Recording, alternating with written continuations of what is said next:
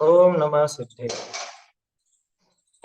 नमः श्रीवर्धमानाय भूतकलिलात्मने सालोकानां त्रिलोकानां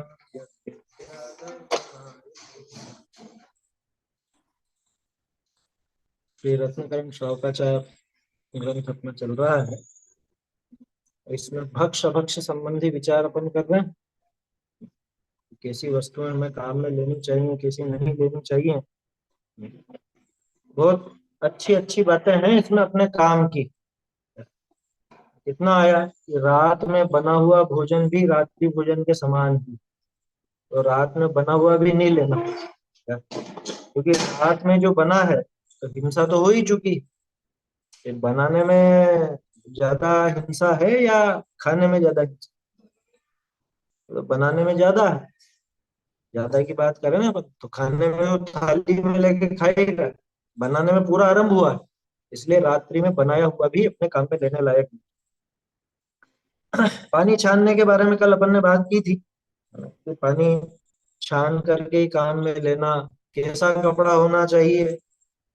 सबसे पहले तो कौन सा कपड़ा होना चाहिए? कॉटन, सूती। सूती कपड़ा आता है लट्ठे का, है ना, मोटा कपड़ा। अब वो भी पतला नहीं, जैसे ये कॉटन है रुमाल, तो रुमाल जैसा नहीं, क्योंकि ये छिछला है, इसमें ऐसी दृढ़ता नहीं है, इसमें आर पार ऐसा नजर आ जा रहा है, सूरज का बिंब नजर नहीं आए, ऐसा कट्ठा, है ना, इस तरह का होना चाहिए। उस कपड़े की निशानी यही है कि यूं देखो उसको, सूरज के आड़ में सूरज का गोल बिंब नहीं दिखना चाहिए। रोशनी तो दिखेगी, लेकिन गोल गोल आकार पूरा नहीं दिखना चाहिए, ऐसा कपड़ा। और वो भी दोहरा, डबल, ठीक है ना। और फिर जो अपना बर्तन है उससे उससे 3 गुना, 3 गुना तो इन्होंने लिखा, अपन तो और सेफ्टी के लिए 4 गुना ले लो, क्योंकि बर्तन में अंदर घुसाएंगे भी सही, चारों तरफ बाहर निकालेंगे भी सही, ऐसा। या कोई हैंडल वगैरह इस तरह का बनता हो तो वैसा बना करके काम मिले, तो वो प्रयोग अपने को करना चाहिए, है ना। कॉटन का, मोटा, दोहरा, और उसके अलावा फिर दोहरा करके भी छानते, छानने के बाद फिर जीवाणी भी हो, है ना। क्योंकि बिना छना ही है वो, अगर अपन जीवाणी नहीं करते हैं तो वो जीव आपने इधर मुंह में पी करके मरे या वहीं पे लटके लटके मर गए, वो तो बात तो बराबर ही। अपने को तो जीव दया चाहिए ना, तो जीव दया तो जीवाणी करे बिना होगी नहीं, इसलिए जीवाणी करनी ही चाहिए, है ना। चाहे वो अपने रसोई का छन्ना हो, चाहे बाथरूम का हो, है ना, कहीं का भी हो, छन्ना तो छन्ना है, उसको जीवाणी करनी चाहिए। उसके अंदर जीव अटके रह जाते हैं, मरते हैं सूखने पर। इसलिए जब गीली हो वो, तो थैली या वो छन्ना अपना गीला, उसी समय जीवाणी होनी चाहिए। पानी की मर्यादा की भी बात चल रही थी, उस पर अपन चर्चा करते हैं। पहले श्लोक बोल लेते हैं एक बार। अक्षार्थानां परिसंख्यानं भोगोपभोग परिमाणम् अर्थवतामप्यवधौ रागरतीनां तनूकृतये भुक्त्वा परिहातव्यो भोगो भुक्त्वा पुनश्च भोक्तव्यः उपभोगोशनवसनात् प्रकृतिः पञ्चेन्द्रियो विषयः त्रसहति परिहरणार्थं क्षौद्रं पिशितं प्रमादपरिहृतये मद्यं च वर्जनीयम् जिनचरणौ शरणमुपयातये अल्पफलबहुविघातान् मूलकमार्द्राणि शृङ्गवेराणि नवनीतनिम्बकुसुमं कैतकमित्येवमवहेयम् यदनिष्टं तद्व्रतयेद्यच्चानुपसेव्यमेतदपि जय्यात् अभिसन्धिकृता विरतिः विषयात् योग्यात् व्रतं भवति। चलिए, पानी छानने की जो बात अपन ने कल की थी, यहाँ तक बात हो गई थी। जल में यत्नाचार की यही मर्यादा है ना। छानने के बाद 2 घड़ी की मर्यादा। पानी छान लिया, अब कितनी देर तक छना हुआ रहेगा? बहुत से लोग ऐसा सोचते हैं, यहाँ साहब छाना हुआ है, छाना हुआ है। छाना हुआ का मतलब सुबह सुबह छाना था, और उस सुबह छाने हुए को छाना हुआ ही समझते हैं दिन भर। वो ये सोचते हैं अगले दिन जाके बिन छाना होगा ये। ऐसा कभी मत समझना, है ना। जो छाना हुआ है उस छाने हुए की मर्यादा कितनी? 48 मिनट। 2 घड़ी, 2 घड़ी बोलो, एक मुहूर्त बोलो, एक ही बात है ना। ये गणित मालूम है ना, मुहूर्त की और घड़ी की, इनकी। एक घड़ी लगभग लगभग 24 मिनट। लगभग इसलिए कह रहे हैं अपन क्योंकि एग्जैक्ट नहीं है वो, थोड़ा हल्का फुल्का अंतर है, कुछ सेकंड्स का है ऐसा।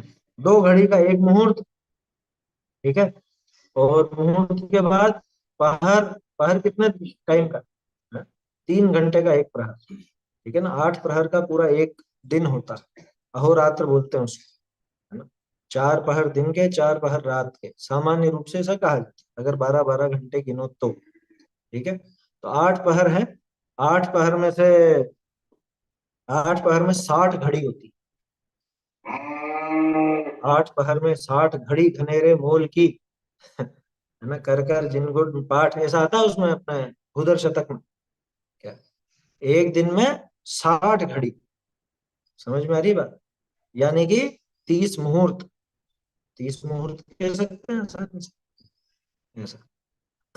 खैर, तो पानी की जो मर्यादा है, छानने के बाद पानी की मर्यादा कितनी देर की? 48 मिनट।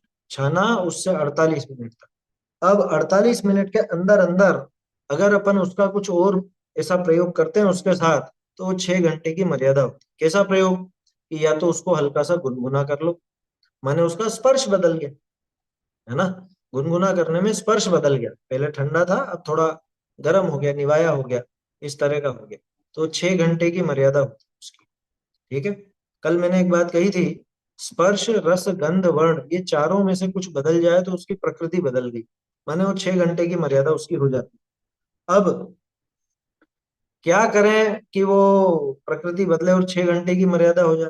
तो एक तो पानी गर्म करने की विधि होगी, दूसरा उसके गंध और वर्ण बदलने के लिए और रस बदलने के लिए अपन उसमें लौंग, सौंफ, काली मिर्च, इलायची, अनार के छिलके, कुछ ऐसी चीजें डाल सकते, जिससे उसका बदल जाता है, वर्ण वगैरह सब बदल जाता है। लौंग डालते हैं अपन तो कैसा पीला पीला सा हो जाता है, सौंफ डालने पे थोड़ा हरा पीला इस तरह का हो जाता है ना। अब यहाँ पे अगर मैं कहूं कि शक्कर और नमक डालें तो पानी की मर्यादा बढ़ी या नहीं बढ़ी? स्वाद तो बदल गया ना, स्वाद बदला या नहीं बदला? स्वाद बदल गया। देखो इसमें एक चीज ध्यान रखना, हालांकि पहले भी चर्चा ही, लेकिन हमेशा ध्यान रखने की बात, कैसे पहचाने कि इससे उस पानी की मर्यादा बढ़ेगी या नहीं बढ़ेगी? ऐसे पहचानो कि वो वस्तु सुरक्षित रह जाए, वो जो वस्तु अपन ने डाली है वो पानी में घुले बिना अलग से रह जाए, ठीक है। और पानी का वो स्पर्श रस गंध या वर्ण बदल दे तो मर्यादा बढ़ी, और जो पानी में घुल जाए उससे मर्यादा नहीं बढ़ती। नमक और शक्कर ये दोनों के दोनों पानी में घुल जाते हैं, और यही कारण है कि थोड़ी देर बाद, थोड़ी देर का मतलब जैसे 6 7 घंटे बाद, 8 9 घंटे बाद, वो धीरे धीरे ऐसा होगा कि जो शक्कर या नमक है वो नीचे नीचे रह जाएगा, नीचे बैठ जाएगा, क्योंकि उसने पानी को नहीं बदला। अब जब ऊपर ऊपर का पानी पियोगे, जैसे एक ग्लास में भर के रखा था, और वो पानी पियोगे तो ऊपर तो फीका लगेगा, लेकिन जैसे जैसे वो नीचे शक्कर के पास पहुंचते जाओगे वो पानी मीठा लगेगा। ऊपर वो मिठास नहीं रहेगी बाद में। तो इसका अर्थ क्या निकला कि पानी का स्वरूप बदला ही नहीं था, तो शक्कर का ही असर था जो घुल गई थी उसमें। जबकि लौंग, सौंफ या जो भी ये चीजें हैं, नारियल, इसका क्या बोलते हैं, अनार का छिलका वगैरह, इसको अगर पानी में से निकाल लोगे ना, उसके बाद भी पानी का रंग वैसा ही रहने वाला है, वो गंध वैसी ही रहने वाली। तो ये सीधा सा एक अ, समझ लो कि ये ऐसा ही एक ऑब्जर्वेशन है अपना, कि उस वस्तु से पानी की मर्यादा बढ़ेगी जो स्वयं अक्षुण्ण रहते हुए, अलग रहते हुए उस पानी का रूप, रंग, स्पर्श, गंध, वर्ण बदल दे, उससे बदलेगी। अच्छा, साबुन होता है ना, साबुन से ऐसे ऐसे अपन ने हाथ करके और पानी में वो कर दिया, पहले हम लोग ऐसा करते थे। अपन सोचते हैं कि इससे भी पानी की मर्यादा बढ़ गई। क्या पानी की मर्यादा बढ़ी उससे?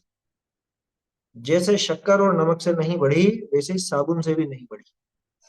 थोड़ी देर बाद आप देखोगे तो साबुन के सफेद सफेद नीचे बैठ जाएंगे, ऊपर पानी सफेद वैसा का वैसा रह जाएगा साफ। तो कहने का अर्थ यह है कि जो पानी में घुले नहीं, है ना, अगर वो जल में घुलती है वस्तु, तो समझ लेना कि वो मर्यादा नहीं बढ़ाएगी। जो बिना घुले, या जैसे लौंग हो गई, लौंग घुलती नहीं है, वो अलग से पड़ी रह जाएगी, नहीं नरम हो जाएगी वो अलग बात, लेकिन पानी में घुलती नहीं है ना वो, और वो पानी का रंग बदल देती है, उसका स्वाद बदल देती है। सौंफ पानी का स्वाद बदल देती है। तो ऐसे अपना खुद का स्वरूप न्यारा रखते हुए और पानी का स्पर्श रस गंध या वर्ण बदल दे, तो समझना कि उससे पानी की मर्यादा बढ़ी। कितनी बढ़ी? 6 घंटे।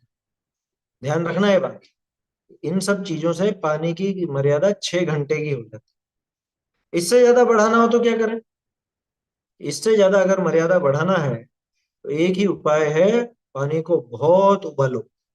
ऐसा उबालो कि वो खोलने लग जाए, उसमें उकाली आने लग जाए। उकाली समझते हो ना, वो बुलबुले फूटने लग जाए उसमें। ऐसा हो गया तो फिर उसको एक तरफ रख दो। ध्यान रखना, ज्यादा भी उबालना नहीं। उबाल उबाल के बहुत से ऐसा उबालते हैं वो साइड में सफेद सफेद जम जाता है पानी का, वो पानी के तत्व भी नष्ट हुए और अब फिर वो अलग तरह का हो गया। अपने को तो ये देखना है कि इसमें बुलबुले आने लग गए, बंद कर दो गैस। उसके बाद उसको एक तरफ रख दो। उसकी मर्यादा रहेगी कितनी? 24 घंटे। बांधने के बाद गर्म होता है, फ्रिज में छोड़कर हाथों हाथ मत रखना कभी। हाँ, बाद में वो ठंडा हो जाए तब रखो, क्योंकि देखो फ्रिज जो है, फ्रिज के जीव वैसे ही अलग, फ्रिज की प्रकृति अलग। कायदे से तो पानी फ्रिज में रखना ही नहीं चाहिए, फ्रिज का पानी पीने लायक नहीं है। स्वास्थ्य की दृष्टि से भी बता रहा हूँ, स्वास्थ्य की दृष्टि से फ्रिज का पानी, ठंडा पानी वो नुकसान करता है, वो कभी फायदा नहीं करेगा, है ना? और लोगों को लगता है इससे प्यास बुझती नहीं, उससे प्यास बढ़ती है। प्यास तो जो सादा नॉर्मल टेम्परेचर का पानी रहता है उसी से प्यास बुझती है समझ में? और बहुत से लोग ऐसे रहते हैं कि हमको तो भाता नहीं है पानी, है?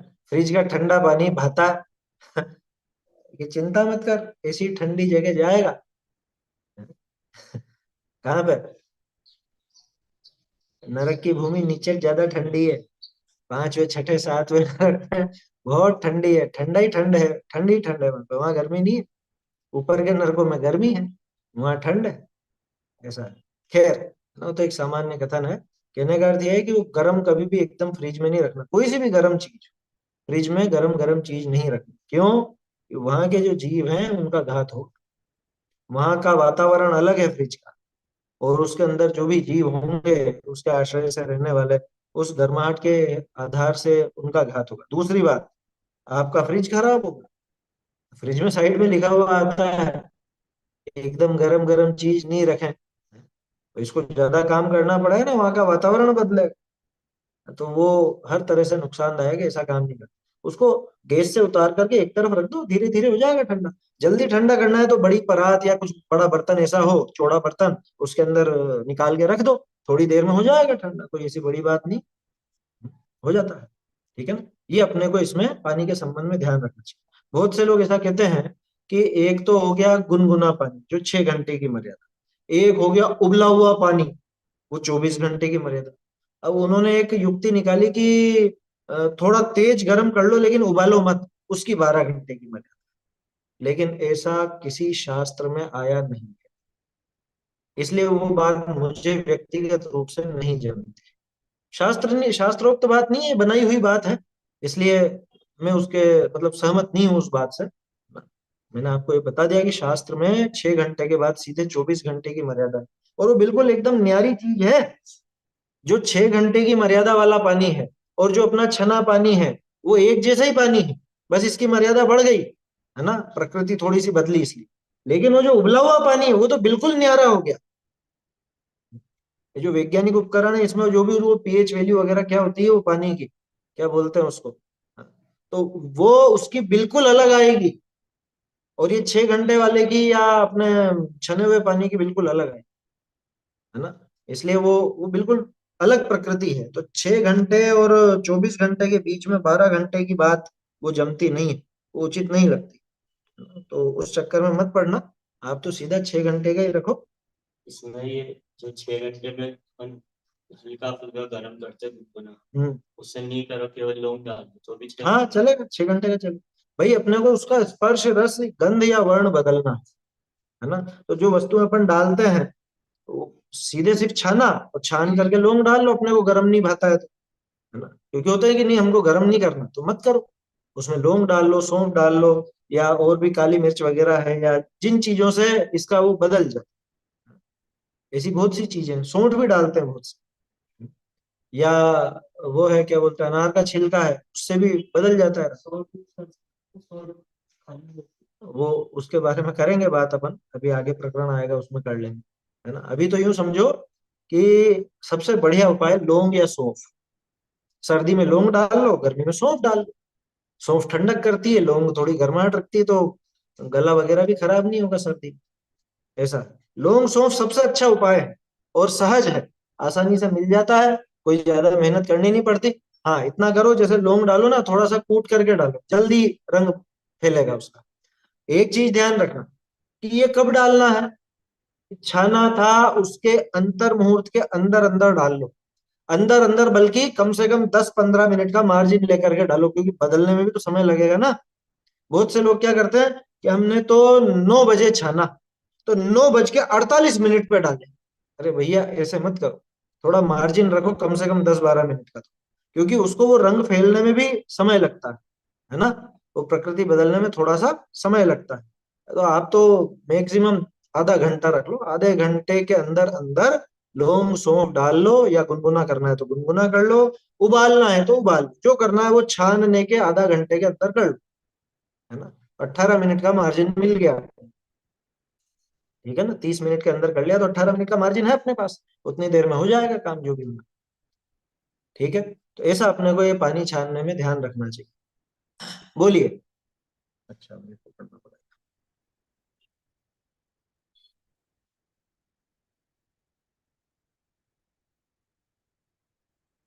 पंडित जी, जैसे उबले पानी 24 घंटे की मर्यादा है, तो उसको भी अपन बढ़ा सकते हैं फिर बाद में? नहीं वो नहीं बढ़ेगा। एक चीज ध्यान रखने उसको की नहीं है, ये जो बढ़ाना? 6 घंटे, 6 घंटे और 24 घंटे वाली मर्यादा है, ये 6 घंटे या 24 घंटे में खत्म, आपको पानी खत्म करना ही है। आया समझ में, तो उसको आप फिर नहीं कर उबले सकते। पानी में लौंग लौंग नहीं डाल सकते, मतलब चौबीस नहीं घंटे नहीं पूरे हो नहीं गए तो नहीं उसके नहीं बाद नहीं? नहीं, ऐसा नहीं, ऐसा नहीं, ऐसा नहीं, ऐसा नहीं। जो छाना है उसको आप भले सैकड़ों बार छानो, फर्क नहीं पड़ता। जो छाना ना, जी। उसको आप सैकड़ों बार पंडित छानो। जी, कितना कोई डाले, कुछ दिक्कत मतलब ऐसा अपन अंदाज बनाना पड़ेगा कि सौंफ का या लौंग का, कि मतलब कुछ कितना डालना चाहिए? नहीं। इतना डालो कि रंग बदल जाए। अब वो और पानी स्वाद कितना भी? है उस हिसाब से तो डालेंगे। भाई एक बड़ा बर्तन है तो मतलब थोड़ा ज्यादा डालेगा, छोटा बर्तन है तो कम डालेगा, ये तो अपने को ये देखना पड़ेगा अपने अनुमान से। अगर लौंग का और सौंफ का स्वाद आ जाए वैसा अपन माने पानी में? हाँ रंग आ जाए, पीने में? स्वाद आ जाए, गंध बदल जाए, कुछ भी हो जाए, वो और प्रकृति बदल स्वाद भी? जाएगी। स्वाद तो अपना पानी का स्वाद स्वाद भी एकदम थोड़ा? से पता नहीं पड़ेगा, एकदम से पता नहीं पड़ेगा स्वाद का, लेकिन रंग बदल गया ना तो समझना कि वो अच्छा। हो गया काम। ऐसा है। जीवन। नहीं, जो 6 घंटे की मर्यादा, 48 मिनट वाली मर्यादा को वापिस छान सकते।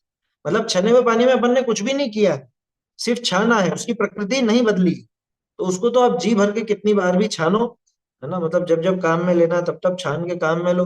लेकिन ये जो 6 घंटे का करा है, ये 6 घंटे के अंदर ही समाप्त होगा। कारण क्या है कि 6 घंटे की मर्यादा वाला और 24 घंटे की मर्यादा वाला जो पानी है, इसकी जीवाणी नहीं हो सकती, इसकी बिलछानी नहीं हो सकती, कहाँ करो, प्रकृति बदल गई। नहीं तो इतना विवेक रखना पड़ेगा भाई, अपना जितना उठता है उससे कम ही करो। क्या, जैसे मान लो कि एक अपने पास बर्तन है 5 लीटर का, और अपना 6 घंटे में वो 5 लीटर का बर्तन खाली हो जाता हो, और पानी लगता हो तो उसको करना, अगर वो खाली नहीं होता हो तो छोटा ही बर्तन करना। ऐसा जितना अपना, ये अपने को विवेक, ये तो श्रावक का विवेक और क्या है। अपनी जरूरत अपने को पता होना चाहिए, वो ढोला नहीं जाएगा पानी। कारण क्या है, जैसे गरम मसाले से अपन ने जो भी किया, सौंफ से, लौंग से, या और चीजों से, अब उसको आप ढोलोगे तो कहाँ ढोलो, वो नाली में जाएगा, वहां के जीवों का घात होगा। अपने को ये ध्यान रखना चाहिए कि हमारी जरूरत कितनी है, उस जरूरत के हिसाब से ही अपने को वो पानी, उसमें लौंग सौंफ डालना है, गर्म करना, वो उतना ही करना। ऐसे ही एक दिन की मर्यादा करने के लिए भी उतना ही पानी उबालना जितना अपना उठ जाए। अगर वो पानी उतना नहीं उठता है तो उससे कम करो। तो धीरे धीरे प्रयोग से आ जाता है सब, है ना। अब वो तो बहुत मूर्ख है वो व्यक्ति, जो एक दो दिन के बाद भी जिसको ये पता नहीं चल रहा है मेरे कितना पानी बचता है। तो मैं तो एक बात कहता हूँ, देखो, आवश्यकता से कम ही करो, वापस कर लेना भले, कम पड़ जाए वापस कर लो, लेकिन ज्यादा बचा तो उसका कुछ नहीं कर सकते, वो बड़ी समस्या हो जाएगी। इसलिए अपने को अपनी आवश्यकता देख करके उससे थोड़ा कम ही करना चाहिए, है ना। ऐसा है, सबसे सीधा उपाय है 6-6 घंटे की मर्यादा करो, वो ज्यादा ठीक है। क्योंकि उबला पानी, मैं तो उबला पानी श्रेष्ठ, श्रेष्ठ क्यों है कि उसमें वो प्रासुक हो गया पूरी तरह से, है ना। बाकी नॉर्मल अपन बात करें तो स्वास्थ्य की दृष्टि से भी और अपनी सुविधा की दृष्टि से भी 6 घंटे वाला ज्यादा ठीक है। 6 घंटे वाला पानी करने के लिए आपको दिन में सिर्फ 2 बार काम करना है, क्योंकि 12 घंटे से ज्यादा तो अपन खाते पीते हैं ही नहीं, है ना। सूर्योदय के बाद आप पानी छानोगे, उसके आधे घंटे के अंदर 6 घंटे की मर्यादा करोगे, है ना, तो 6.5 घंटे तो ये मिल गया आप। अब उसके बाद जब आखिर में आपने वो पानी पिया है, उसके बाद फिर थोड़ी देर बाद छानोगे और फिर उसको 6 घंटे का करोगे, तो सूर्यास्त आ जाएगा इतना।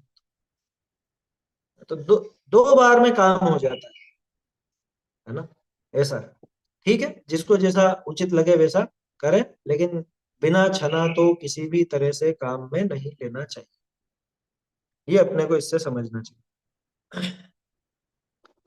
देखो, हाँ, ये छपे हुए में 2 जगह सुधार है। एक तो ये अपन ने ऊपर देखा था ना,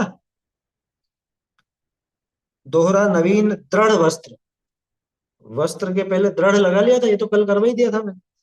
इसके आगे आखिरी लाइन जो थी, सेकंड लास्ट लाइन, बहुत उबाल कर गर्म किया है तो 8 प्रहर तक काम में लाओ, उसके बाद काम का नहीं रहता। ये इन्होंने बिना छाने मन से जोड़ दिया, ये नहीं आएगा यहाँ, सदाशुक जी ने लिखा भी नहीं और ये विधि भी नहीं, क्योंकि इनका ये बिना छाने काम का नहीं रहता। इससे तो ऐसा आशय निकलता है कि बाद में छान के काम में ले सकते, कौन सा, उबला हुआ, जबकि उबला हुआ छाना नहीं जाता, है ना। ये बिना छाने काट दीजिए, बिना छाने सदाशुक जी ने लिखा भी नहीं है ना, और वो उचित भी नहीं है किसी भी तरह से। उसके बाद बिना छाने काम का नहीं रहता की जगह उसके बाद काम का नहीं रहता है। कल ढूंढारी देखी तो थी अपन ने, है ना? उसके बाद बिना छाने वाली बात नहीं आई, क्योंकि आशय गड़बड़ हो गया। अब क्या पता है अनुवादक जो थे, इनको ऐसा लगा होगा कि उसके बाद छान के काम में ले लो, उनको ऐसा लगता हो, जबकि उबला हुआ पानी वापस छाना नहीं जाता, उसकी प्रकृति विरुद्ध हो चुकी, बदल चुकी, ऐसा समझ। हालांकि बहुत बहस चलती है, क्या आपस में नए नए विद्वानों में खूब बहस चलती है कि फिर क्या होगा, वो पानी कैसा हो गया है? अब उसको फिर छान के काम में ले लो। अरे भैया, उसकी प्रकृति बिल्कुल न्यारी हो गई, वो अलग तरह की हो गई, उसके जीव अलग तरह के हो गए, और वो आज्ञा अपने नहीं है चरणान योग में, तो क्यों अपने को व्यर्थ के तर्क वितर्क करना। सीधा उपाय है ना, जो छना पानी, सादा पानी जो है, वो छानो और मतलब छान करके काम में लो। हम्म, उबाल के लेना, उबाल के लो, लेकिन 24 घंटे के बाद वो काम कर। चलिए आगे का प्रकरण देखते हैं, कंद मूल त्याग।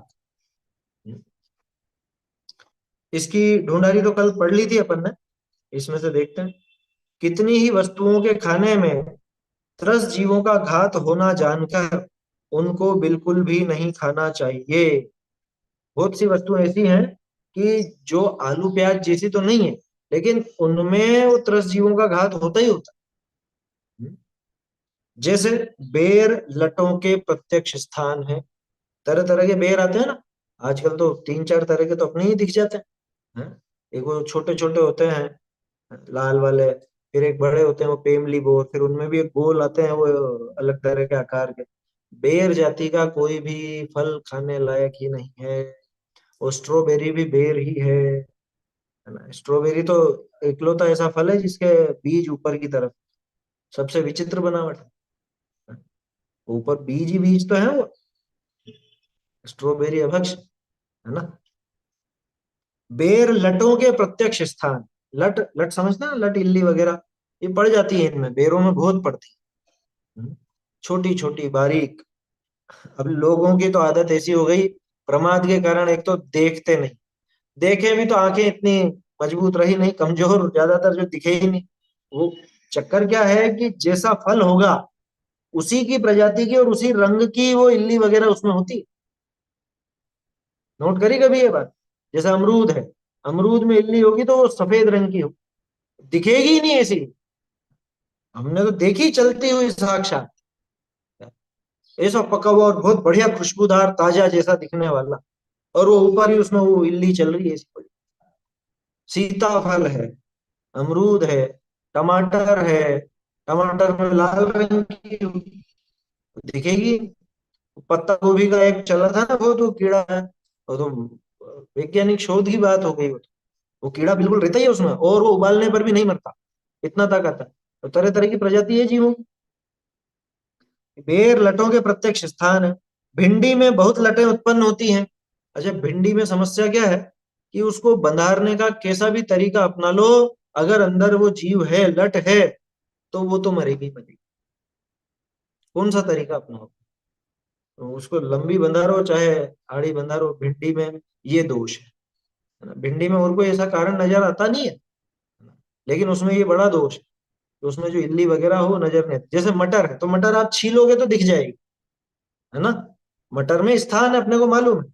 अब भिंडी की बनावट ही ऐसी है कि वो बीच में जो उसके बीजों के छेद हैं वहीं पे वो घुसी रहती है अंदर, तो कैसे बंधारोगे उसमें उन जीवों का घात होता है, इसलिए वो काम में लेने लायक नहीं। ठीक है। बैंगन, तरबूज, बैंगन तो स्पष्ट अभक्ष है, बैंगन का तो नाम ही मतलब, उसके अंदर भी इल्लियां बहुत होती। तरबूज, तरबूज का कारण समझ में नहीं आया, तरबूज का कारण क्या है अभक्ष कहने का, है ना। दो एक ग्रंथों में सीधा नाम आया तो है, लेकिन वो ग्रंथ वो हैं जिनमें पहले बताया था ना मैंने, वो बिल्कुल अप्रामाणिक ग्रंथ हैं, उनमें तरबूज का नाम जरूर आया। लेकिन ठीक है, लिखा है तो छोड़ना, क्योंकि तरबूज में मेरे ख्याल से वो इल्ली वगैरह का पैदा होने का ही होगा। हालांकि कभी ऐसी देखी नहीं, लेकिन हो सकती है। लालिमा के कारण ये कोई कारण नहीं बनता। अनार को क्या कहोगे? नहीं, तरबूज बहुबीजा नहीं, तरबूज की बनावट बहुबीजे की बनावट नहीं है। तरबूज में अलग अलग बीज अलग अलग छेद में है, एक साथ नहीं है उसके बीज। तरबूज का कारण क्या है वो समझ में नहीं आता। बहुत से बड़ा फल कहते हैं, तो बड़ा परिवार है तो बड़ा फल बन जाएगा, बंधर जाएगा उसमें, उसमें क्या दिक्कत? नहीं नहीं नहीं, आभास वाली बात नहीं लेनी चाहिए। देखो आभास में तो फिर आप, अभी मैं क्या बताऊं आपको, जितने भी फल है ना, वो ऐसा एक चार्ट मैंने पहले देखा था, इन फलों की बनावट अपने शरीर के अलग अलग अंगों की बनावट जैसी। क्या करोगे? अभी मैं उदाहरण दे दूंगा कोई दो चार, तो आपके दिमाग में वही घूमेगा, इसलिए उदाहरण नहीं दे रहा, है ना। लेकिन बहुत से फल इसी तरह के अपने शरीर के अंदर जो अंग हैं, तरह तरह के अंग, उनके बनावट जैसी बनावट है, वो नहीं कह सकते। दूसरी बात यह है कि अगर आप वो रंग या उसकी आकृति की बात करो, तो अंधे व्यक्ति के लिए भक्ष हो जाएगा क्या वो? कि देखने वाले को तो उसका विचार आवे, और जो देख ही नहीं सकता उसको विचार नहीं आवे, फिर उसके लिए भक्ष हो जाएगा? तो वो तर्क में दम नहीं है। रंग वाले तर्क में भी दम नहीं है, क्योंकि अलग अलग रंगों के, सभी रंगों के अपने भक्ष्य पदार्थ भी मौजूद है। लाल पीले नीले हरे सभी तरह के फल मौजूद है, ऐसा है। नहीं, कद्दू का नाम तो इसके अंदर नहीं आया, है ना, और कद्दू में भी कोई ऐसे अभक्ष पने का कारण नजर नहीं आता। बड़े फल की बात करो तो वही तर्क लग जाएगा कि भाई 20-22 जनों का परिवार है, उसमें तो कितना ही बड़ा फल हो सब उठ जाएगा, बचेगा नहीं। और पहले जो बड़े फल की बात करते थे, उसका एक कारण ये भी समझ में आता था कि भाई कोई व्यक्ति ले जाता है जैसे, तो उसको वो आधा देना पड़ता है या कुछ भी देना पड़ता है, वो आधा बच जाता है, खराब होता है। तो वो तर्क भी आज लागू नहीं होता। पहले के जमाने में वो तोल का इतना ऐसा विशेष साधन नहीं होता था। आजकल तो वो बराबर तोल तोल करके दे देते हैं। इलेक्ट्रॉनिक कांटे लगे हुए हैं, आपको 200 ग्राम चाहिए तो 200 ग्राम, पाव भर चाहिए तो पाव भर, आधा किलो तो आधा किलो, और सब खत्म हो जाता है, बचता नहीं है। तो वो तर्क भी लागू नहीं होता कि भाई ये बच जाएगा तो खराब होगा, जीव पड़ेगा। तो वो तर्क लागू नहीं होता, बड़े वाला लागू नहीं होता। क्योंकि बड़े का कैसे क्या कहोगे, बहुत सारे ऐसे बड़े बड़े फल भी हैं। तो कुछ ऐसा कारण उसमें दिखना चाहिए, तो वैसा है।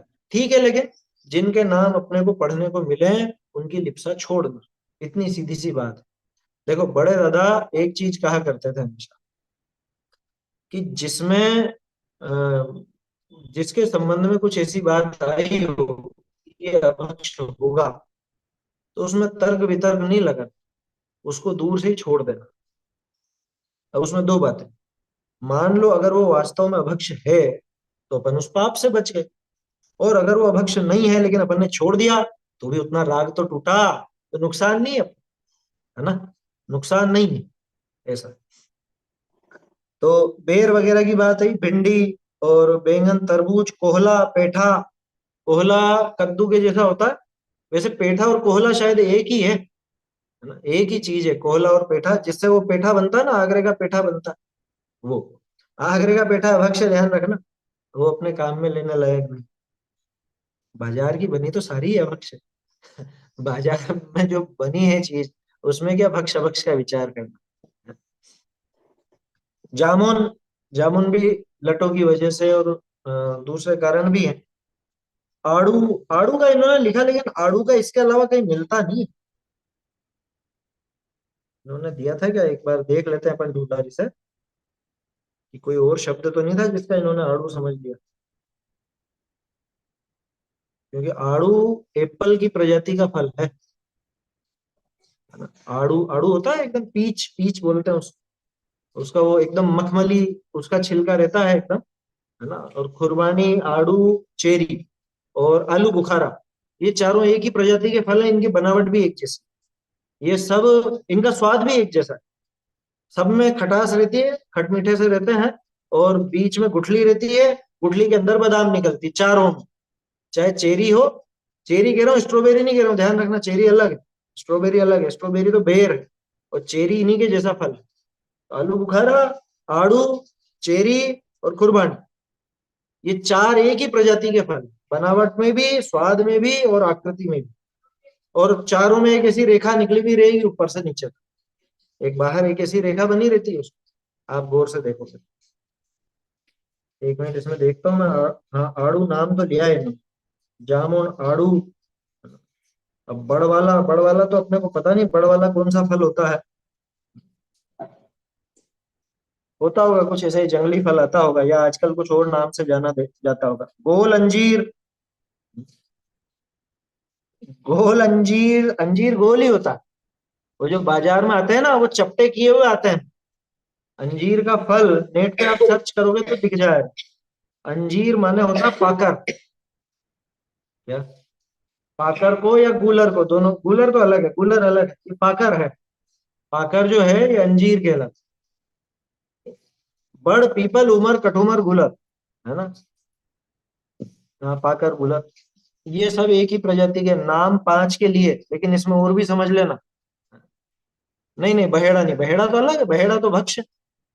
बहेड़े में कोई दिक्कत नहीं, हरड़, बहेड़ा, आंवला, ये तीनों तो भक्ष्य पदार्थों में। देखो एक गजब की विचित्रता है, जो जो चीजें अपने स्वास्थ्य वर्धक है ना, उनमें से अभक्ष बहुत कम मिलेगी।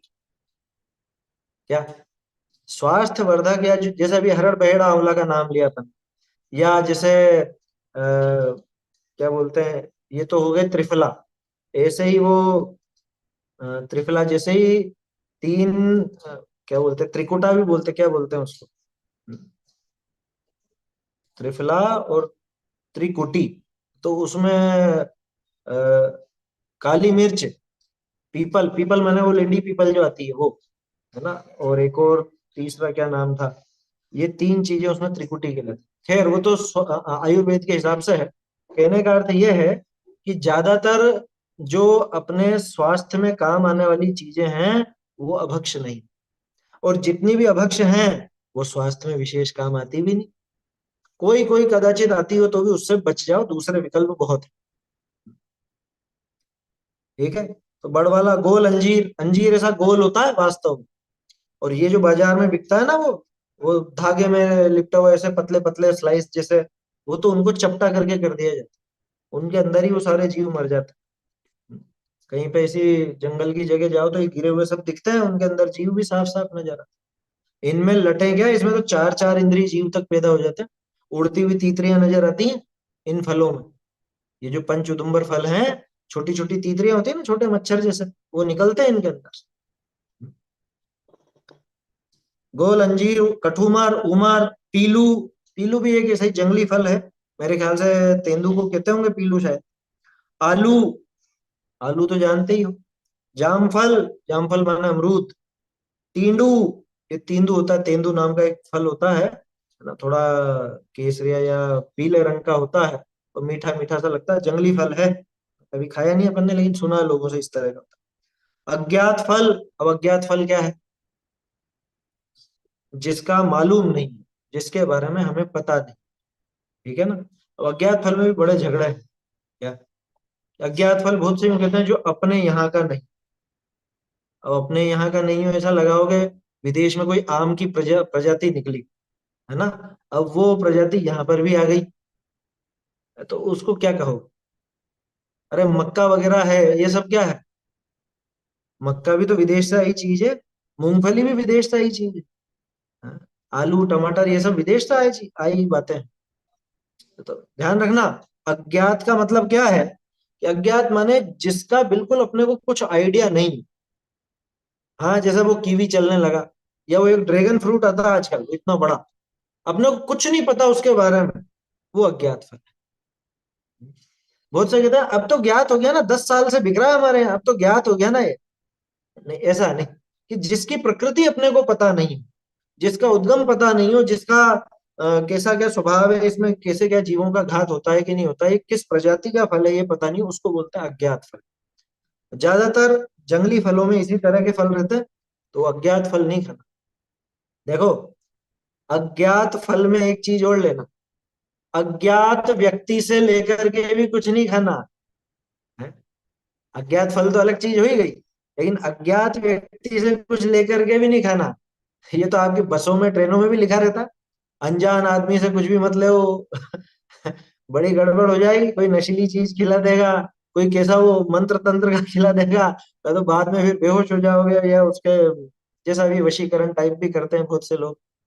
हालांकि होता सारा अपने पाप के उदय से है, लेकिन ऐसी बुद्धि चलेगी तभी तो पाप का उदय भी आए। ऐसी विपरीत बुद्धि रखी, हाँ, वो शुभम आ गया चक्कर में उस व्यंतर के। वो अज्ञात फली तो खाया था उसने, हाँ? वो उसने लाके दिया, देखो मैं इस द्वीप से लेकर के आया हूं, और ये तो स्वाद का चटोरा था, तो इसको तो देखें कैसा है, कैसा है, अच्छा लगा तो फिर आ गया चक्कर में। तो शुभम की कहानी से ही शिक्षा लेनी चाहिए कि अनजान आदमी से कुछ भी नहीं लेना। अरे जानकार आदमी भी हो तो भी अगर ऐसी संभावना हो कि ये अभक्ष खिला सकता है, तो उससे नहीं लेना। आया समझ में? ये अपने को ध्यान रखने लायक बात है। सीधा सा है, अपना खाओ, अपने घर का खाओ, दूसरे का खाने ही क्यों? हम्म? साधर्मी की बात और है, साधर्मी की बात तो न्यारी है ना। मैं आपके यहाँ हो या आप मेरे यहाँ हो, तो उसमें वो समस्या नहीं है, क्योंकि वो अज्ञात नहीं है। मैं आपके लिए अज्ञात नहीं, आप मेरे लिए अज्ञात, ठीक है ना। बाकी जो अनजान व्यक्ति हैं, उनके भरोसे नहीं लगता। खैर, वो अज्ञात फल की बात चली, इसलिए वो बात ध्यान में आ गई। अ, ठीक है, अज्ञात फल। सूक्ष्म फल, बहुत छोटे छोटे फल हों, जैसे कई बार ये जंगली झाड़ियां लगी रहती है ना, उन पे छोटे छोटे फूल रहते हैं, और एकदम छोटे छोटे गोल गोल ऐसे फल भी रहते हैं। अब वो तरह तरह के लगते हैं, और बच्चों की आदत होती है वो भी तोड़ के खा लिया, ये तोड़ के खा लिया, ऐसा नहीं खाना चाहिए। छोटे छोटे फल हों। बीजा फल, बीजा फल का मतलब बहुबीजा, बहुबीजा जो हो वो नहीं खाना। जैसे डोडा, डोडा यानी वही अफीम का जो पोस्ता बोलते हैं, है ना, वो हो गया, या टमाटर हो गया, अमरूद हो गया, ये बहुबीजा है ना। टमाटर, अमरूद, पोस्ता दाना वाला डोडा, ये सब बहुबीजा फल है, ठीक है। चलित रस फल, जिसका स्वाद बिगड़ गया, बासी हो जाता है ना, बासी होने का क्या अर्थ है? अरे स्वाद बिगड़ गया, छोड़ देना। ऐसी नारंगी हो, केला हो, या आम हो, अब ये सब मैंने भक्ष के नाम लिए, लेकिन इनमें भी अगर ऐसा स्वाद बिगड़ गया हो तो छोड़ देना। फिर इतना महंगा लिया है, ऐसे कैसे छोड़ दें? अनार किस में आएगा? अनार तो भक्ष है, अनार में क्या दिक्कत है? आप बहुबीजा समझ रहे हो उसको, बहुबीजा नहीं है वो। बहुबीजा के संबंध में पहले भी अपन ने बात की थी। जिन फल में, जिनमें बीजन के घर नाही, ते फल बहुबीजा कहलाही, ये क्रिया कोश के अंदर छंद आता। और पहले ग्रंथों में भी ये बात आती। बहुबीजा का मतलब लोग बाग यूं समझते हैं जिसमें बहुत सारे बीज हो। तो बहुत सारे बीज हो ये बहुबीजा नहीं है, बल्कि बीजों का सुनिश्चित स्थान नहीं हो, बीजों का एक निश्चित घर नहीं हो, अलग अलग नहीं हो। ऐसे लोंदे का लोंदा बीजों का पड़ा हुआ हो, है ना, गुच्छे में हो। जैसे टमाटर है, टमाटर के बीज का हिस्सा पूरा बीज ही बीज बीज बीज आपस में इकट्ठे हैं, अलग अलग नहीं है। अमरूद है, टमाटर है, इन दोनों की बनावट एक जैसी है ना, मतलब बीजों की तरफ से देखो तो। या जो पोस्ता दाना वो उसमें जो हरा रहता है अफीम का, वो कच्चे डोडे क्या बोलते हैं उनको, डोडियां बोलते हैं। बहुत से लोग उसकी सब्जी बना के भी खाते थे। हाँ? नहीं, पपीता बहुबीजा नहीं। पपीते में जो बीज हैं, पपीते के बीज अलग अलग तंतु से जुड़े हुए हैं। गौर से देखोगे तो अलग अलग तंतु से जुड़े हुए रहते हैं। हालांकि पपीता अभक्ष है, लेकिन बहुबीजा की वजह से नहीं, क्षीर फल की वजह से। जिनको तोड़ने पर दूध निकलता है वो क्षीर फल कहलाते हैं, है ना।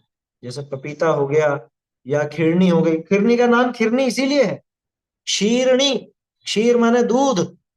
खिरनी होती है पीली पीली, अपने यहाँ रेणी बोलते हैं, क्या पीले रंग की आती है, छोटी मीठी मीठी रहती, बहुत मीठी रहती है, ऐसा, है ना। तो वो अभक्ष में आती है। ठीक है। सूक्ष्म फल, बीजा फल, चलित रस फल, सारा फल। अब ये सारा फल समझ में नहीं आया क्या है, उस जमाने में ये कहलाता होगा कुछ कुछ। पत्र शाक, पत्र शाक मतलब पत्ता भाजी, पत्ते की साग। कौन सी? पत्ता गोभी, फूल गोभी, पालक, मेथी, बथुआ, धनिया, ये सब पत्ता भाजी। इनमें से एक भी पदार्थ भक्ष्य नहीं है ना। मेथी पालक ये खाने लायक नहीं है बिल्कुल। आया समझ में? पत्र शाक, कंद, मूल। देखो कंद और मूल में क्या अंतर है? ये तो दोनों ही जमी कंद है ना, दोनों ही साधारण वनस्पति है। लेकिन कंद और मूल में क्या, कंद तो होता है ऐसा पिंड जैसा, जिसका कोई एक निश्चित आकार जैसा नहीं रहता। जैसे आलू है, अदरक है, गीली हल्दी है, शकरकंद है, सूरण है, और क्या बोलते हैं वो आजकल एक चलता गराड़ू है। इन सब का कोई निश्चित आकार नहीं है। इनको कभी देखोगे ना, देखने में इतने खतरनाक और ऐसे भद्दे लगेंगे, और लोग बाग बड़े शौक से, आजकल वो बड़ा फैशन चला है शादियों में, गराड़ू, गराड़ू की सब्जी बनाएंगे सब। ऊपर से देखा कभी उसको? एक जमी कंद नाम का कंद भी आता, नाम ही जमी कंद है उसका, ऐसा बिल्कुल देखने में बिल्कुल भद्दा, कि देख लो तो जी घबरा जाए, ऐसा। तो इनका कोई एक निश्चित आकार नहीं, है ना। दूसरी तरफ जैसे गाजर, मूली, और शलजम, प्याज, लहसुन, इनका एक आकार है, फिक्स आकार। अब वो छोटा बड़ा भले हो सकता है, लेकिन आकार की बनावट उस तरह की है। तो वो तो कहलाते हैं मूल, और ये कहलाते हैं कंद। ठीक है। तो कंद मूल, इनको दोनों को मिला करके जमीन के नीचे दो ही तरह की चीजें उगती, कंद भी और मूल भी। मूंगफली किसमें आएगी?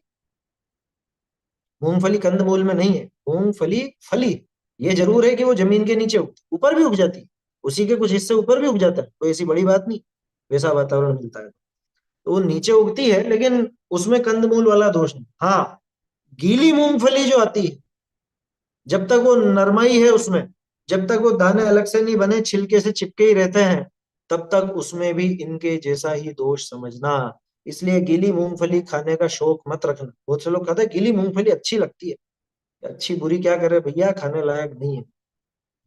उसकी बनावट बिल्कुल अलग है, ध्यान रखना। आलू जैसा दोष नहीं है मूंगफली में। आलू का छिलका आलू से बिल्कुल चिपका रहता है, या जो भी जमी कंद है वो बिल्कुल ऐसे ही रहता है पूरा का। मूंगफली में तो छिलका और दाना बिल्कुल अलग है, बचता है वो तो बिल्कुल अलग हो जाता है, वो फली है वास्तव, है ना। तो उसको कंदमूल में शामिल नहीं करना, वो अलग चीज है। और देखो, कंद मूल अदरक, अदरक की बात आई, अदरक जैसे ही गीली हल्दी। श्रृंगवेर, श्रृंगवेर यानी झाड़ी के बेर, ये ब्रैकेट में कर लेना इसको भले। और क्या है? शलगम, शलगम किसको बोलते हैं? मेरे ख्याल से वो चुकंदर को बोलते हैं शलगम, है। चुकंदर अलग होगा, क्या पता। अब अपने को पता भी नहीं, ज्यादा काम ही नहीं है अपना, क्योंकि शलगम वो लाल लाल को ही कहते हैं शायद। हाँ, और एक चुकंदर आता है वो, है ना, उसको लाल रंग का ही रहता है। और बीट रूट क्या बोलते हैं। खैर, अपने को क्या लेना देना, ये सारे अभक्ष, इतना जानना जरूरी है। प्याज, लहसुन, गाजर, किशोरिया, अभी किशोरिया पता नहीं कौन सा फल है, कचनार, ये सब जंगली फल है ना। मोथिग्या, शकरकंद, मूल इत्यादि। कचनार के बाद जोड़ लीजिए, कचनार के बाद ये चार शब्द और जोड़िए। मोथिग्या, अब ये मोथिग्या पता नहीं क्या है, पुरानी भाषा में किसका नाम है मोथिग्या है। नहीं, मेथी तो नहीं होगी, ये कुछ और ही होगा, ऐसे जमीकंद टाइप होगा, क्योंकि आगे पीछे सब इन कंद मूल के नाम। शकरकंद, शकरकंद जानते ही, क्या कहते हैं वो, स्वीट पोटैटो। वो मीठा आलू ही तो है वो, और क्या है, आलू जैसा ही आकार है, आलू जैसा ही वो बनावट है। मूल इत्यादि, मोथिग्या, शकरकंद, मूल इत्यादि, ये चार शब्द जोड़ लीजिए। इसके बाद है महुआ। महुआ उगता तो पेड़ के ऊपर है, लेकिन ऐसा ही नशाकारक होता है मेरे ख्याल से। इसकी शराब भी बनती है महुए की, है ना। वो देशी दारू बनती है, क्या बोलते हैं उसको, हाँ, महुआ। जंगली फल है ये सब, ये खाने लायक नहीं। क्षीर वृक्ष का फल, खिन्नी, है ना, खिन्नी वो खिरनी को बोलते हैं, जिसको रेणी भी कहते हैं, रेणी, खिरनी, खिन्नी, ऐसे अलग अलग नाम है। नीम का फल, निबोरी, हालांकि लोग भाग उसको कोई स्वाद के लिए नहीं खाते, क्योंकि बहुत कड़वी होती है ना। लेकिन दवाई वगैरह के रूप में बहुत से लोग लेते हैं, तो निबोरी भी अभक्ष। नीम की जो निबोलियां होती है, पीले रंग की होती है ऐसे, इत्यादि अनेक फल।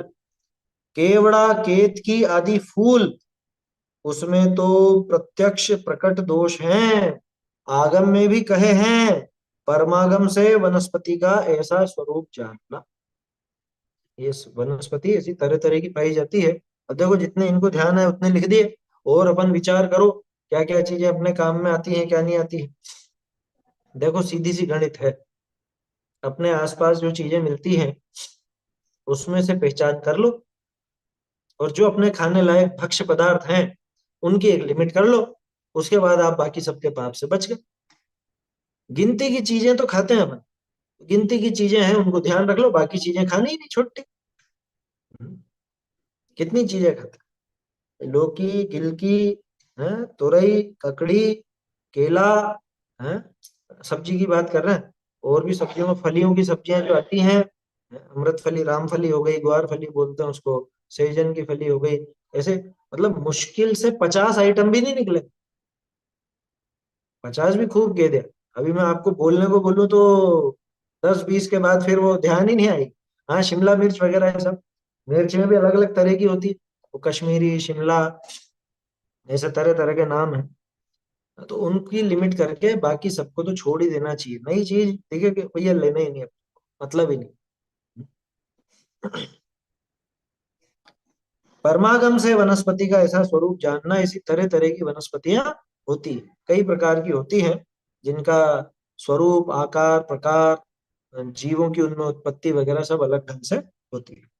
आगे देखो, अभी तो कंदमूल त्याग की बात आई थी, वनस्पति त्याग, इसमें वो हल्दी और अदरक के बारे में, सौंठ के बारे में, है ना, ये समझने लायक है।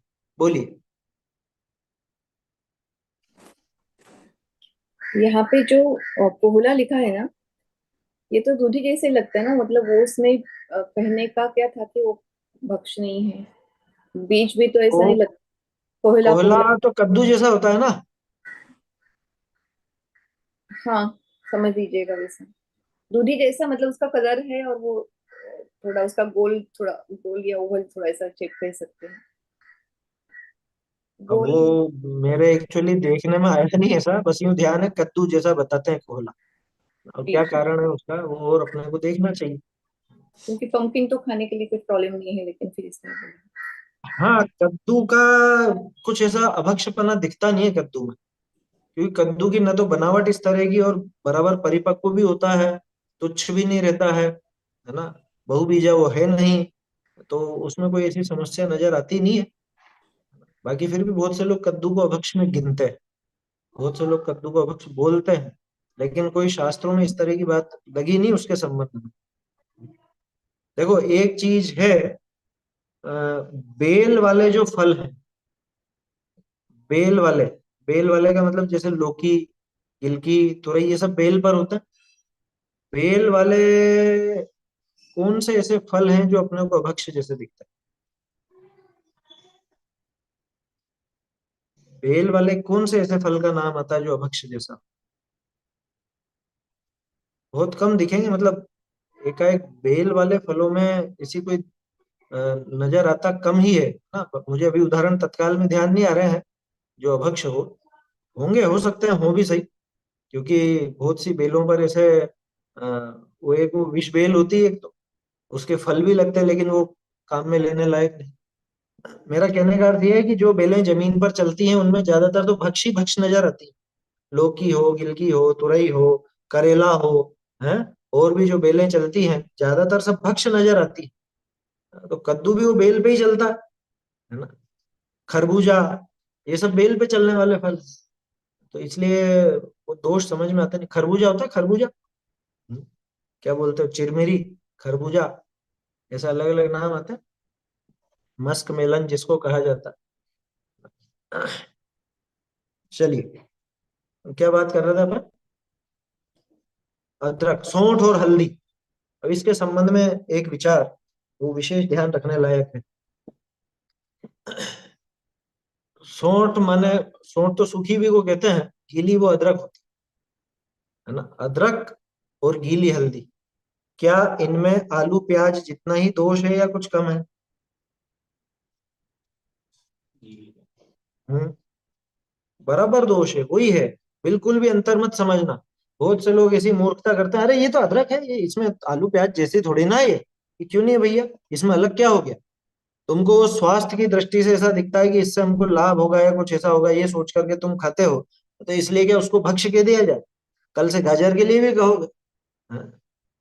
बहुत से तो यही समझते हैं सबसे ज्यादा दोष किसमें, कि आलू में, फिर प्याज में, और बाकी तो स्वास्थ्य में काम आता है। अब बाजार में जो विधि है, बाजार में जो अपने को सौंठ और हल्दी मिलती है, उसमें एक चीज का विचार करना। देखो, सौंठ और हल्दी, सूखी हल्दी, उसमें अब जीव नहीं है ना, उसमें जीव नहीं है। लेकिन विचार करना कि वो बनाए कैसे गए। पहले के जमाने में प्राकृतिक रूप से वो सूखते थे तो वो बिकते थे। अब चूंकि उपभोक्तावाद का जमाना है, लोगों की डिमांड भी ज्यादा है, तो सप्लाई बढ़ानी पड़ेगी। सप्लाई बढ़ाने के लिए और उसका आकार बड़ा रखने के लिए क्या करते हैं, हल्दी होती है ना, गीली हल्दी, उसकी बड़ी बड़ी गांठें आती है सब्जी मंडी में, देखी होगी कभी। तो बड़े बड़े कंटेनरों में, जहां इनकी फैक्ट्रियां होती है, बड़े बड़े कंटेनरों में गरम गरम उबलते खोलते हुए पानी में उनको डाला उबाला जाता है पूरी तरह से, क्या, और उबाल करके फिर उनको रखते हैं तो जल्दी सूखती। और उबालते क्यों है फिर? उबालते इसलिए है कि वो सिकुड़े नहीं, क्योंकि आप अलग से सुखाओगे तो थोड़ी सिकुड़ जाएगी, आकार घट जाए, है ना। तो इसलिए वो लोग क्या करते हैं, वो हल्दी को तो उबालते हैं बड़े बड़े कंटेनरों में, और अदरक को, अदरक को चूने के कंटेनरों में डाला जाता है। चूना होता है, गीला चूना, वो चूना, चूना बहुत गर्म होता है, ध्यान है।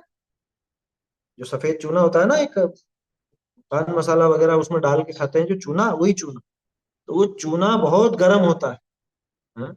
और वो चूने की कढ़ाइयों में या चूने के उन कंटेनरों में उस अदरक को, गीले अदरक को डाला जाता है। उसकी गर्मी से वो जल्दी जल्दी सूखता है। हल्दी में ये प्रयोग नहीं करता। वो क्यों नहीं करते, उनका सिस्टम वो जाने। मैं तो ये बता रहा हूँ आपको कि उन जीवों का घात वहां कर दिया, तो इसलिए अपने को उनकी मात्रा में भी, हालांकि जो अब आपको बाजार में मिल रही है उसमें अब जीव नहीं बचे, ये बात पक्की है, अब उसमें जीव नहीं है, लेकिन उसको बनाने की प्रक्रिया में बहुत घात। इसलिए हम लोग तो क्या करते हैं, जैसे अष्टमी चतुर्दशी या पर्व के दिन है, उनमें सौंठ हल्दी आदि का काम लेते ही नहीं, बिल्कुल भी काम में नहीं लेते।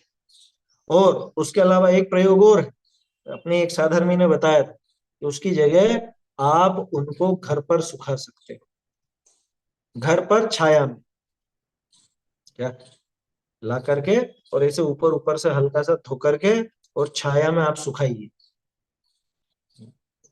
हालांकि वो वैसी नहीं होगी जैसी बाजार में मिलती है। बाजार में तो बिल्कुल आपको बड़ी साइज की भी मिल जाएगी। घर पे सुखाओगे छाया में तो धीरे धीरे सूखेगी, समय बहुत लगेगा, 2-3 महीने लग जाएंगे या ज्यादा भी लगे, लेकिन हो जाती है, बिल्कुल कड़क हो जाती है। सौंठ तो बिल्कुल वैसी की वैसी हो जाती है जैसी बाजार में मिलती है वैसी। आया समझ? तो बात सुनने में आपको अटपटी लग रही होगी क्या, कि घर पे हम क्या वो लेकर के आएंगे, अरे लेकिन वहां पे वो इतनी हिंसक तरीके से तैयार की जा रही है, तो अपन कम से कम उसमें देखो, जीवों का घात वहां भी, जीवों का घात यहाँ भी, लेकिन वहां जीवों को उबाल करके मार दिया गया, यहाँ अपना मारने का अभिप्राय है नहीं, तो अपन धूप तक में नहीं रख रहे हैं, अपन तो छाया में सुखा रहे हैं। जब तक उनकी आयु है तब तक वो रहेंगे, अपनी आयु पूरी करके वो समाप्त हो जाएंगे। अपन उनको मारना नहीं चाहते, इसलिए धूप तक में नहीं सुखाते, और अपने आप वो छाया में सूखती रहेगी, पड़ी रहेगी, एक तरफ सूख जाएगी। हम्म, हाँ, ऐसा प्रयोग किया हमने, पहले भी किया है। सौंठ तो बिल्कुल वैसी की वैसी बनी, हल्दी जरूर सिकुड़ जाती है, क्योंकि वो बाजार की जो, वो तो उबाल के बना रहे हैं ना, तो उसका आकार नहीं बदलता, तो अपने को बड़ी हल्दी लगती। और घर पे आप करोगे तो सिकुड़ेगी जरूर। हो सकता है थोड़ा सा रंग भी शायद थोड़ा सा कम आवे, थोड़ा सा, लेकिन अपने को उससे फर्क नहीं पड़ता। अपने को तो एक वो, देखो, हल्दी और सौंठ ये वैसे भी स्वाद के काम के नहीं है, स्वास्थ्य के काम के। तो आप उसको उस ढंग से काम में लीजिए, अगर लेना है। छोड़ सके तो छोड़ दीजिए, श्रेष्ठ है। लेकिन इस भ्रम में मत रहना कि हम ये प्रयोग करते हैं तो उन जीवों का घात नहीं हो रहा। उन जीवों का घात आपकी रसोई में नहीं हो रहा है, वहां हो चुका। समझ में ही बात, जैसे फैक्ट्री में हो चुका। बाजार में जो ऑनियन रिंग आती है सूखी, तो वो सोचेगी तो सूख गया इसमें चाहिए। तो आलू के चिप्स भी सूख गए। अरे सूख गए कि सुखाए गए, वो काम में लेने लायक नहीं। ऑनियन रिंग क्या होती है, प्याज की। भैया भूल के भी मत लेना, ऐसी स्वाद की लिप्सा छोड़ो, है ना। सौंठ और हल्दी तो स्वास्थ्य की दृष्टि से अपन देख रहे हैं, तो थोड़ा उसका एक विकल्प देख रहे हैं, है ना। वो भी, उसमें भी अपन सोच रहे हैं कि किस तरह से उन जीवों के घात से बचाया जाए। प्रयास यही करना कि पर्व के दिनों में, अष्टमी चौदह से जब अपना मन हो, तो ये हल्दी सौंठ वगैरह, सौंठ तो वैसे भी सर्दी के अलावा काम में आती नहीं है। और लोग बाग कितने मूर्ख हैं, बाजार की जाकर के चाय पीते हैं, वहां अदरक डाली जाती है कि हमारे अदरक तो चलती चलती है, अदरक तो स्वास्थ्य की दृष्टि से चलती है। और जो कह रहे हैं ना वो तो सूखी हुई, अरे तो सूखी हुई तो जीवों को मार के ही तो सुखाया है। हम्म? आलू के चिप्स भी सूखे हुए हैं, खा लोगे क्या? हम्म? अब थोड़े ना जीव है उसमें, तल गए। अब तो सब्जी बनाने के बाद किसमें जीव बचे? सब्जी बनाने के बाद तो किसी में भी जीव नहीं बचे। हाँ? तो ऐसे थोड़े ना खा लेंगे अपन। समझ में आ रही है बात? इसलिए ऐसा अपने को काम नहीं करना। हाँ, एक चीज और है, सौंठ और हल्दी, मतलब वो अदरक और हल्दी, इन दो में एक ऐसा गुण है कि ये पड़े पड़े खराब नहीं होते। आलू पड़ा पड़ा सड़ जाएगा, वो बढ़ता भी रहेगा, ये ऐसे सड़ेंगे नहीं, खराब नहीं होंगे। तो ऐसा इनमें कुछ अंदर से ऐसा गुण भी मौजूद है, इसलिए उनका थोड़ा सा एक विकल्प वो रहता है। बाकी ये समझ लेना कि इनका प्रयोग जो बाजार में बनती है, वो तो वास्तव में बहुत हिंसक तरीके से बनी है, उन जीवों को मार करके ही बनी। अब अपना जितना जिसको विरक्ति का भाव हो, जैसा आशय हो, उस हिसाब से अपनी भूमिका अनुसार वो करना चाहिए, उसका त्याग करना चाहिए, छोड़ना चाहिए, जितना बन सके उतना तो करना। समझ में ही बात? अरे ये नहीं खाएंगे, दूसरी दवाइयां खानी पड़ेंगी, और ये करना पड़ेगा, वो करना पड़ेगा, तो बता दिया ना, उसका उपाय बता तो दिया, दूसरा उपाय ले रहे हैं ना स्वास्थ्य के लिए, लेकिन उसमें उन जीवों के प्रति भी दया का भाव अपना वर्तना चाहिए। तो कोशिश ऐसी करें। समझ में ही बात? देखो समय हो गया अपना। अभी आगे वनस्पति त्याग में और प्रत्येक साधारण वगैरह के लक्षण आएंगे, इनकी चर्चा अपन कल देखेंगे, है ना। ये प्रकरण थोड़ा सा क्लिष्ट है क्या, क्योंकि वो क्या प्रकट हुई, कहाँ प्रकट हुई, क्या नहीं प्रकट हुई, ये थोड़ा सा अपन समझने का प्रयास करेंगे कल। बहुत से लोग इसको पढ़ते तो हैं और अर्थ भी निकाल लेते हैं, लेकिन प्रैक्टिकली वो बात समझ में आती नहीं। कल करेंगे इस पर चर्चा। चैतन्य का स्मरण प्रतिक्षण ही करो रे, भव के अनंत दुख को क्षण में हरो रे, अक्षय अनंत निज सौख्य निधान पाओ, गाओ अरे नित इसी के गीत गाओ। कल तो शनिवार है ना, कल नहीं, फिर सोमवार को होगी चर्चा इस।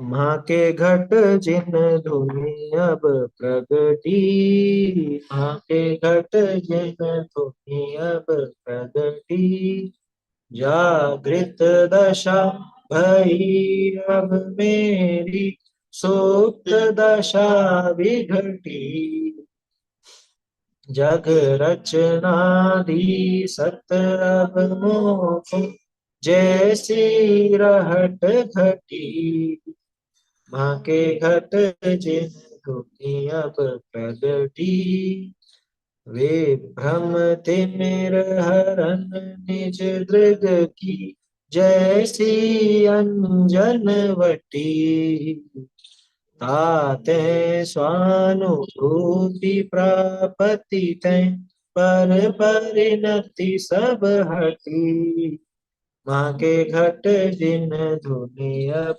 प्रगटी, ताके बिन जो अवगम चाहे, सो तो सत्य कपटी, ताते भाग चंदन शिवासर, इक ताही को रटी, माँ के घट जिन धुनि अब प्रगटी, माँ के घट जिन धुनि